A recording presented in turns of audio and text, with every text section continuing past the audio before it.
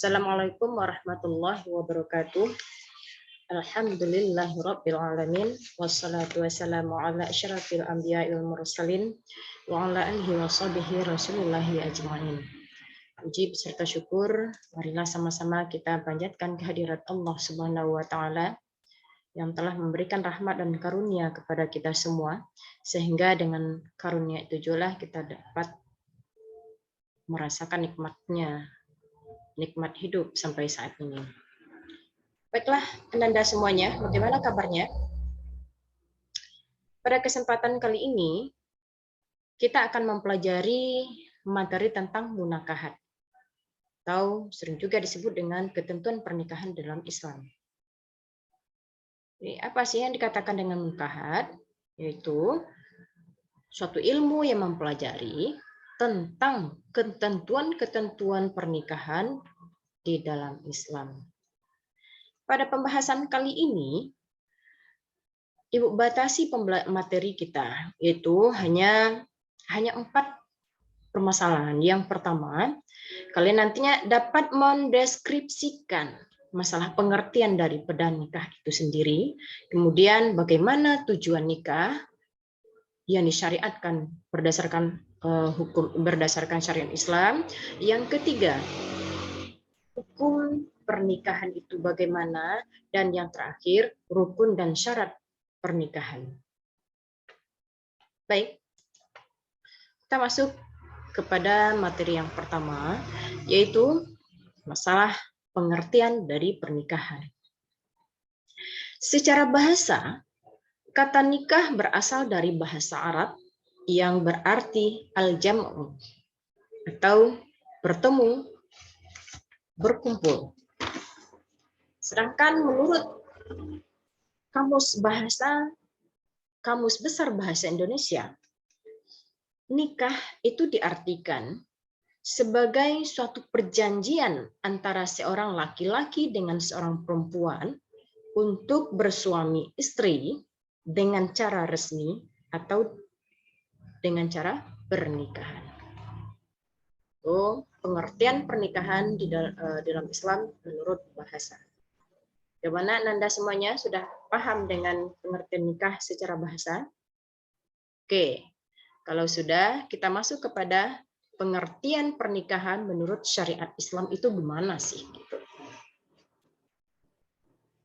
Di dalam Islam itu dikatakan bahwasanya nikah adalah suatu ikatan lahir batin antara seorang laki-laki dengan seorang perempuan untuk hidup bersama dalam suatu rumah tangga melalui akad yang dilakukan menurut hukum syariat Islam. Nah, jadi yang dikatakan dengan nikah menurut syariat Islam itu adalah sebuah ikatan lahir batin antara seorang laki-laki dengan seorang perempuan untuk membina rumah tangga melalui sebuah akad yang akan dilakukannya menurut hukum syariat Islam. Kita lihat pernikahan menurut kompilasi hukum Islam dan menurut Undang-Undang Nomor 1 Tahun 1974 pada pasal 1 itu dijelaskan. Baik, masing-masingnya. Di dalam kompilasi hukum Islam, perkawinan itu dikatakan dengan pernikahan, artinya sama. Maksudnya yaitu sebuah akad yang kuat atau misalkan gualizan untuk mentaati perintah Allah Subhanahu wa taala dan melaksanakannya merupakan sebuah ibadah. Yang kedua, menurut Undang-Undang Nomor 1 Tahun 1974 tadi, perkawinan adalah sebuah ikatan lahir batin antara seorang pria dengan seorang wanita sebagai suami istri dengan tujuan membentuk keluarga yang kekal dan bahagia berdasarkan kepada ketuhanan yang Maha Esa.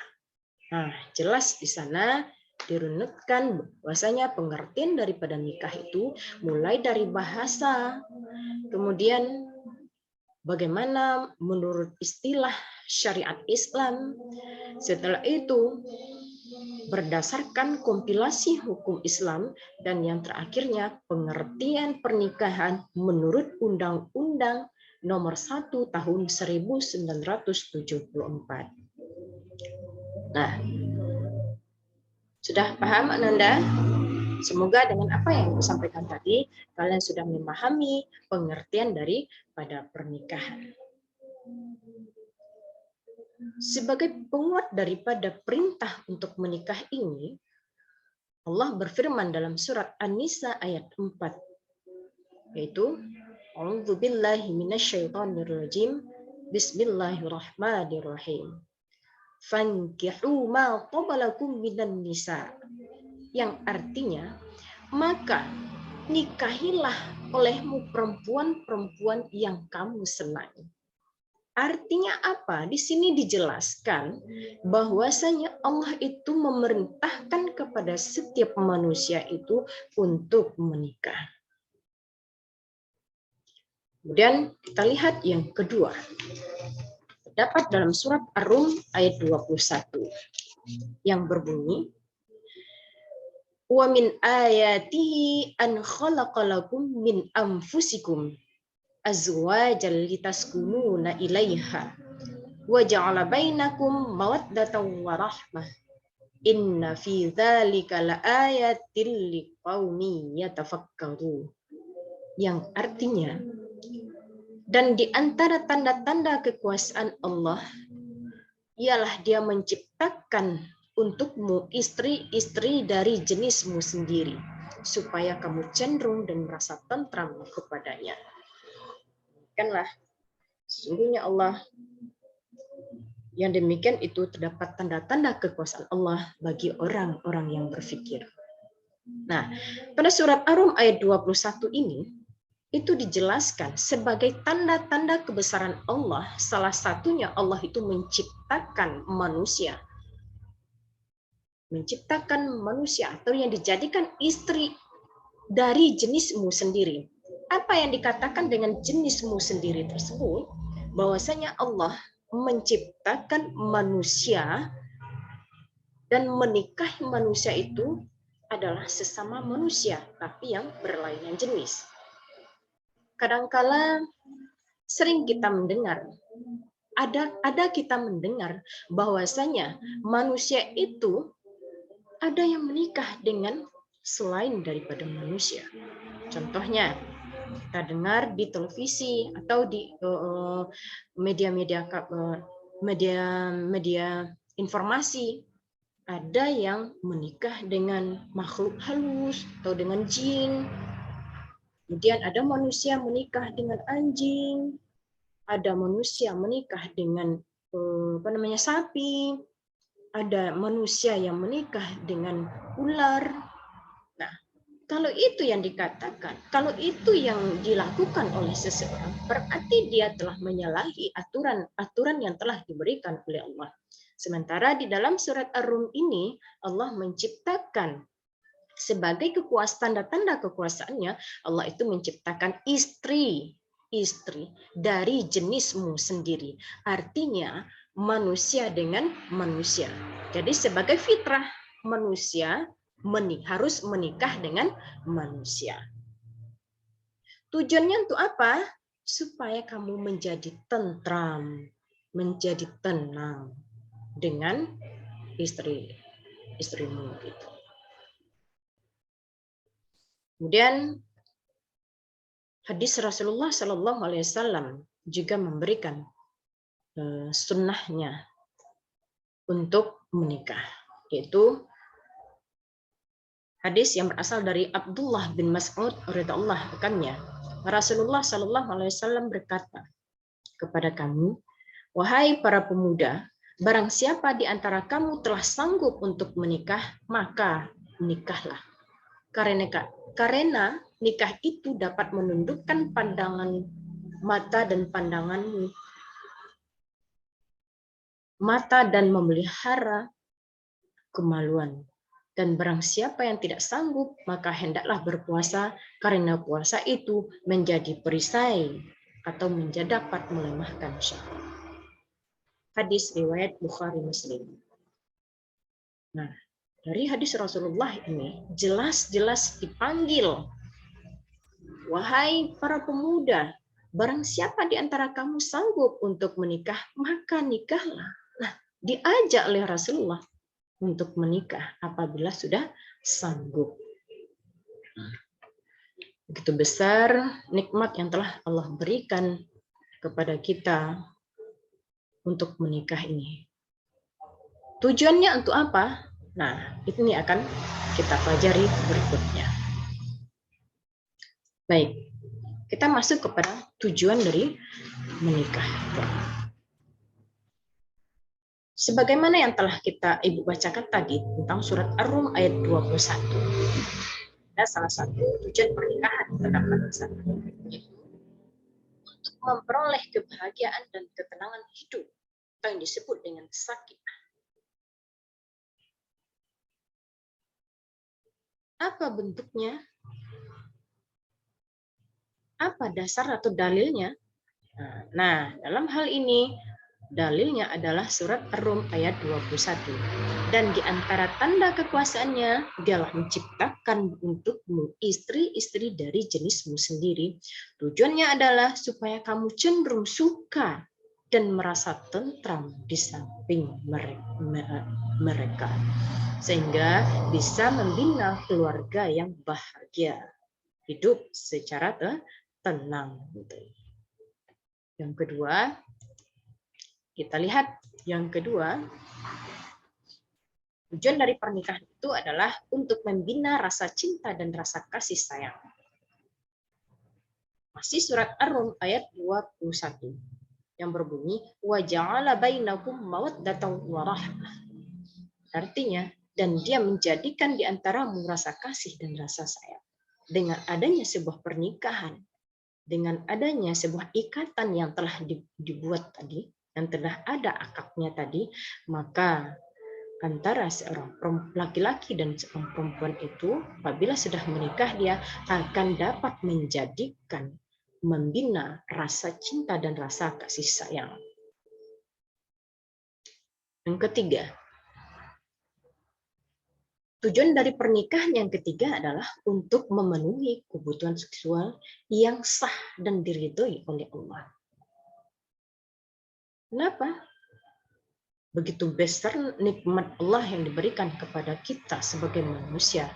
Begitu besar anjuran supaya kita tidak terjerumus ke dalam perbuatan-perbuatan maksiat. Baik, kita lanjutkan kepada tujuan yang keempat. Tujuan pernikahan yang keempat yaitu untuk melaksanakan sebuah perintah Allah tadi. Kenapa? Karena menikah itu merupakan sebuah perintah yang diberikan oleh Allah. Itu menikah akan dicatat sebagai ibadah. Jadi apabila kita menikah, maka itu sudah dinilai dengan ibadah. Kenapa disebut dengan ibadah? Karena banyak ayat Al-Quran yang menjelaskan, yang menganjurkan kita untuk menikah. Tujuannya adalah untuk menjaga diri kita supaya tidak terjerumus kepada perbuatan-perbuatan maksiat. Jadi daripada terjerumus kepada perbuatan maksiat, lebih baik kita akan melaksanakan nikah. Nah, dari dua hal yang Ibu berikan jelaskan tadi, apakah sudah Anda memahaminya? Semoga apa yang Ibu sampaikan tadi bisa kalian pahami. Dan kita lanjutkan kepada materi yang ketiga, yaitu hukum nikah. Gimana sih hukum nikah yang akan dilaksanakan oleh seseorang tersebut? Nah, nanti setelah Ibu menguraikan bagaimana hukum nikah yang seharusnya ini, tentu kalian bisa menilai diri. Bagaimana hukum nikah bagi kalian? Apakah dikategorikan wajib? Apakah sunnah? Apakah makruh? Apakah haram? Atau mubah? Baik, Ibu akan menguraikan tentang hukum nikah ini. sebagian besar ulama menyampaikan bahwasanya hukum asal nikah itu adalah jais atau mubah. Apa yang dikatakan dengan jais atau mubah itu? Artinya adalah boleh. Boleh seseorang itu menikah dan boleh seseorang itu tidak menikah.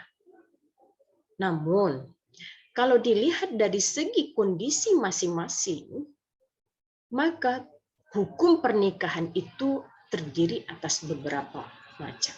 Yang pertama, wajib.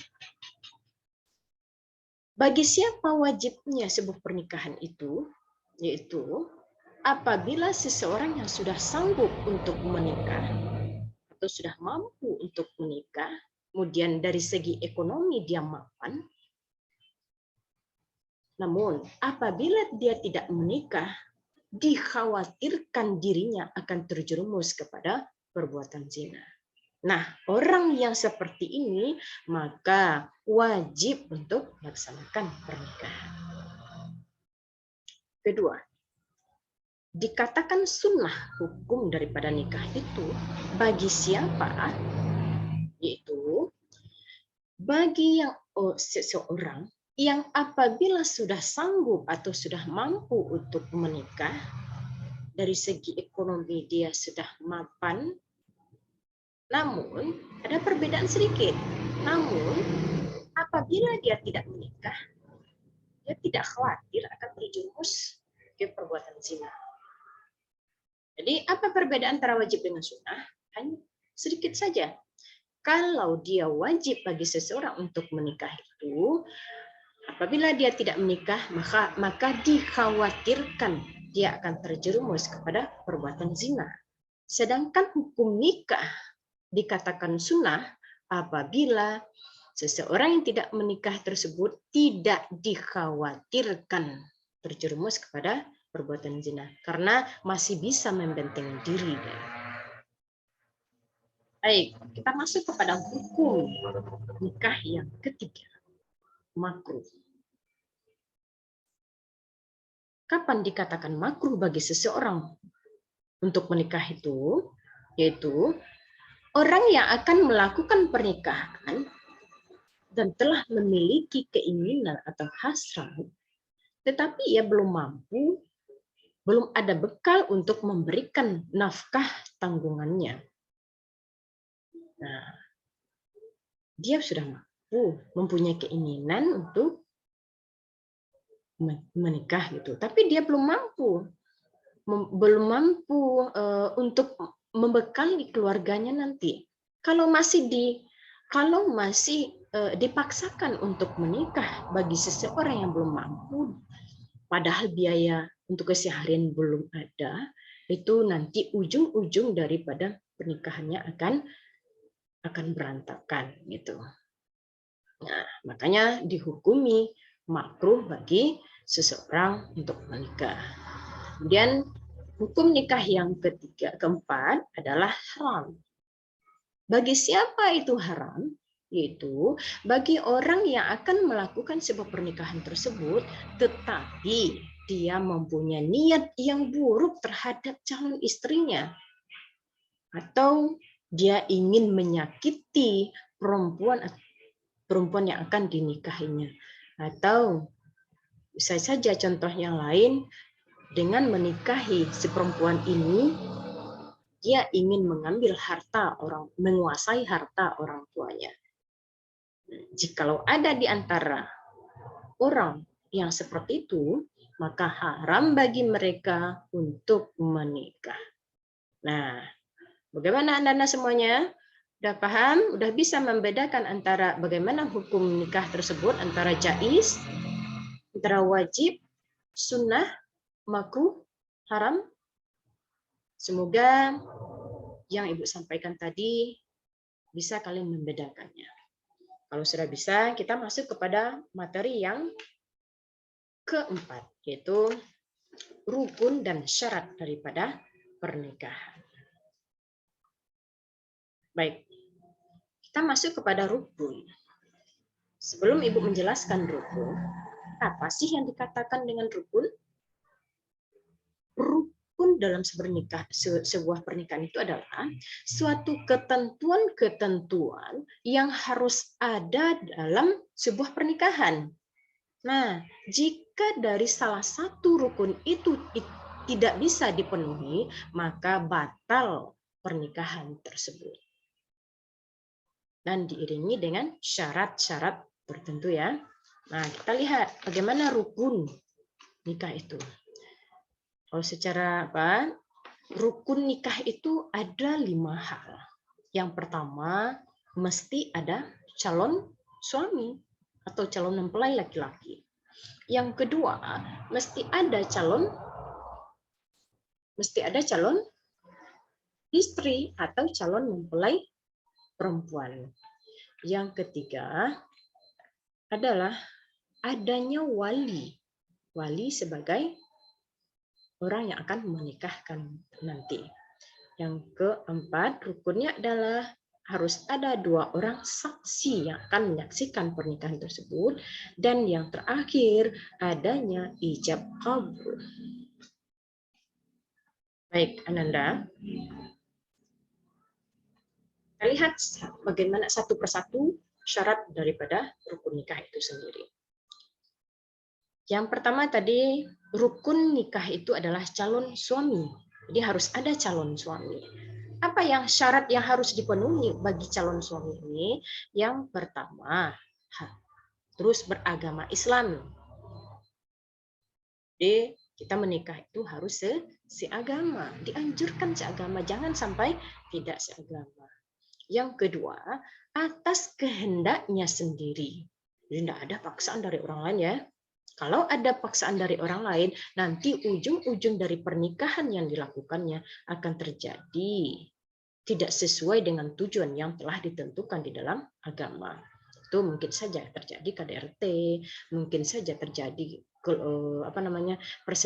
perselingkuhan gitu.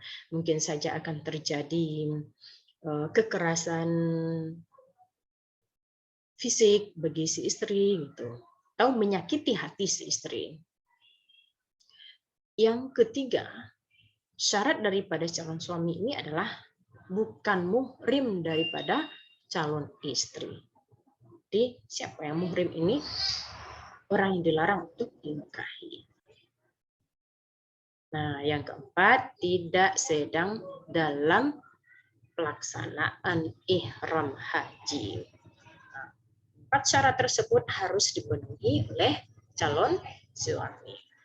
Baik, kita masuk kepada rukun nikah yang kedua, yaitu mesti ada calon istri atau mesti ada mempelai perempuan. Pada mempelai perempuan ini tentu mempunyai syarat-syaratnya. Apa syaratnya? Hampir sama dengan syarat calon suami tadi. Yang pertama, harus beragama Islam. Yang kedua, tidak terpaksa.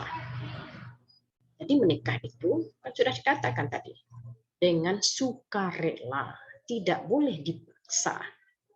Kalau dipaksa maka akan mengurangi tujuan daripada pernikahan itu sendiri. Ketiga, syarat dari calon mempelai perempuan ini adalah bukan muhrim daripada calon suami. Yang keempat, tidak bersuami.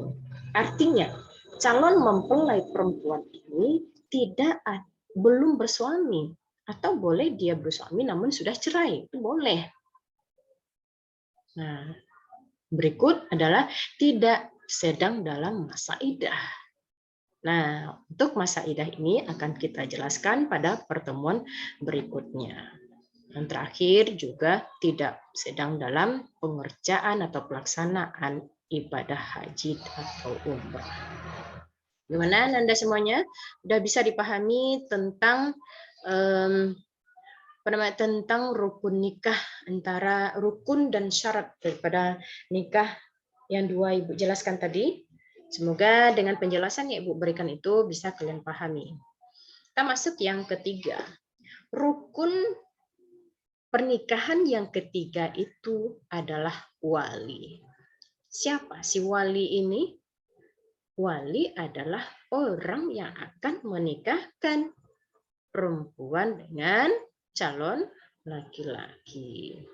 Apa syarat yang harus dipenuhi oleh seorang wali? Yang pertama, beliau ini sudah mukallaf. Artinya Islam. Orang yang sudah dewasa, orang yang sehat akalnya. Dia harus penuhi syarat-syarat tersebut. Jika ada kekurangan dari syarat tersebut, maka bisa dikatakan mengurangi sahnya daripada pernikahan. Yang kedua, syarat dari wali itu adalah harus laki-laki yang merdeka. Yang ketiga, adil, tidak berat sebelah. Yang terakhir, tidak sedang dalam pelaksanaan ibadah haji atau umrah. Bersama ya, syarat daripada calon mempelai laki-laki dengan mempelai perempuan. Gitu.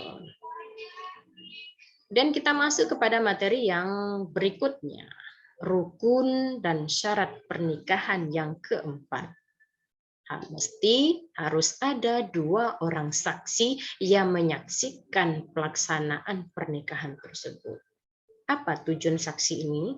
Yaitu dia yang menyaksikan menyaksikan pernikahan ini supaya nanti pernikahan yang terjadi ini apabila ada sesuatu hal di belakangnya bisa ditanya langsung kepada saksi tersebut. Apa syarat yang harus dipenuhi oleh seorang saksi? Oleh 2 orang saksi ini ya. Yang pertama tentu harus seagama dia, yaitu beragama Islam.